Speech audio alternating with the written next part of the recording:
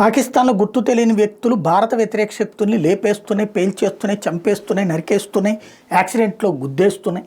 ఇట్లాగ దాదాపు 260 మంది దాకా భారతదేశం వాళ్ళు రానున్ను భారత ప్రభుత్వం కలిసి మిలిటరీ ఇంటెలిజెన్స్ కలిసి మా దేశంలో చంపేస్తున్నాయని అమెరికా దగ్గరికి వెళ్ళి మొరబెట్టుకుంది పాకిస్తాన్.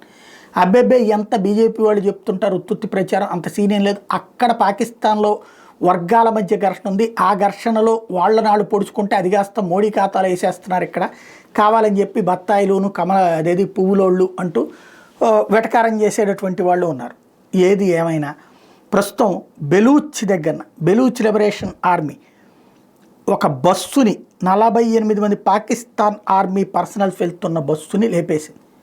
బెలూచ్ రెబల్స్, సింధు రెబల్స్, గిల్గిట్ బల్టిస్తాన్ ప్రాంతం స్వేచ్ఛ కోరుకునేవాళ్ళు, ఇట్లాంటి వాళ్ళకి తెర వెనకాన భారతదేశం ఉండి నడిపిస్తోంది రా ద్వారా అన్నటువంటిది మరొక పక్కన వాళ్ళు చేస్తున్నటువంటి ఆరోపణ.